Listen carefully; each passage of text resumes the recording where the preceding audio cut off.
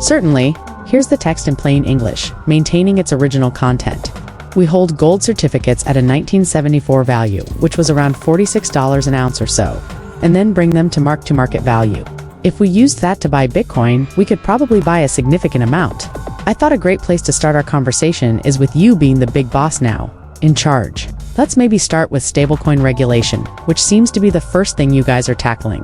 What is the process you want to follow, and what do you think the outcome will be? Well, great to see you, and thank you for inviting me. I'm chairing a new digital asset subcommittee within the Senate Banking Committee. We're starting with stable. We had a meeting of the subcommittee members to quietly go through the bill. Often we don't do that in Congress, but now that we get to lead, we're doing it. We walked everyone through the bill, talked about the details, areas for negotiation, and areas that are well understood. Then we had our first hearing a couple of days ago to discuss stablecoins and market structure. When we finally go to markup in the Banking Committee, we'll start with stablecoins and then move to market structure. Market structure will take longer, and I'm not sure if the House will move their bill first. They passed FIT 21 last year, but the Senate and the House are working on similar versions, so we can dovetail them later. What is the position of the critics? The people who want to provide friction and don't want to see this stuff passed? Specifically with stablecoin regulation, having clarity and understanding how the market should work doesn't seem controversial. The Bitcoin strategic reserve and similar ideas are easy to see why people might oppose them.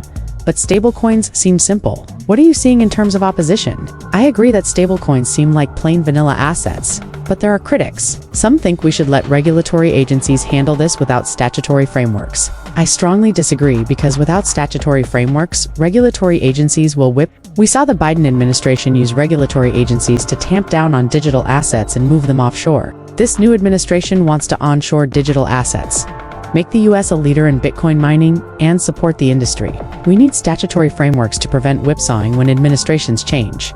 Some also worry that stablecoins are like central bank digital currencies, CBDCs, and could be used for surveillance. I don't see them that way. US bank accounts can already be used for surveillance, as seen with the Canadian truckers' protest.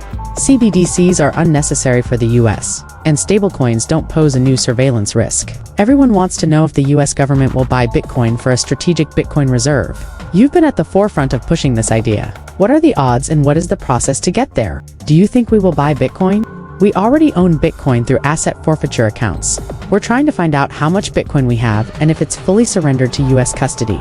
This could be the basis for the first year's installment of a strategic Bitcoin reserve. We think the US has held about 200,000 Bitcoin in asset forfeiture, but we don't know how much the Biden administration sold before leaving office. We're inquiring with the US Marshals Service to find out. Bitcoiners might say we can just look on the blockchain, but it's more complex due to poor accounting practices in the federal government. It's inexcusable. The odds of getting a Bitcoin strategic reserve? My bet is that a state will have one before the federal government. States are incubators of innovation. We're seeing the UAE purchase Bitcoin, and sovereign wealth funds around the world are less tied up in democratic processes. In the US, we could use gold certificates held at a 1974 value, mark them to market, and use that to buy Bitcoin. We could buy 200,000 Bitcoin annually for 5 years.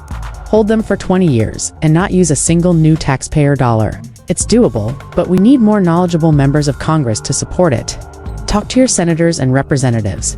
Help them understand Bitcoin as digital gold, its scarcity, decentralization, divisibility, and safety in wallets. We need to educate those who don't understand or are opposed without knowing why. We have more support from this administration with knowledgeable and supportive people at Treasury and regulatory agencies. We need to deploy them effectively. Advocate for a Bitcoin strategic reserve if you believe in it. It can be part of our diversified portfolio, like our strategic oil, gold, and even cheese reserves. Make sure it's seen as part of other important commodities for the US. When I watched the subcommittee work, one thing that stood out was the idea that most digital assets are not securities and don't fall under the Howey test. The SEC recently clarified that many meme coins are not securities and dropped cases against crypto companies. It feels like there's a reset in industry relationships and guidance. Enforcement used to drive the rules, but now the lack of enforcement is expanding possibilities. Talk about how you see regulation playing out and where lawmakers should be involved. Hester Peirce at the SEC has been involved in setting new policy goals. Senator Kirsten Gillibrand and I have proposed using the Howey test, which has been interpreted by courts many times, to distinguish securities from commodities. Most digital assets are likely commodities under this test. We've proposed something called ancillary assets to institutionalize the Howey test and statute. We want to ensure these distinctions are clear in the law. The administration's change in approach feels like we're putting a flag in the ground, saying the US is open for business in the digital asset industry. This is the opposite of what we saw for years, with people leaving the US for more favorable environments like Dubai and Singapore.